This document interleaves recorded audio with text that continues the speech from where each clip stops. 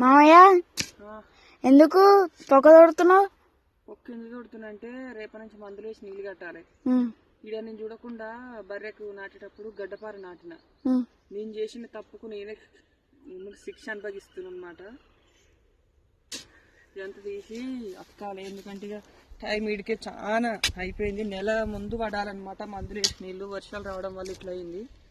ఇదంతా ఇప్పుడు పొక్క తీసి రేపు పైప్ తీసుకొచ్చి అతకాలి. చూడు ఎట్లుంది. నాకు శాతం అయితే లేదు కానీ ఇంక ఎవరు మనకు చేసేటోళ్ళు ఇవ్వలేదు అని చెప్పి ఇది నేనే ఇలా పొక్క పడ్డదన్నమాట.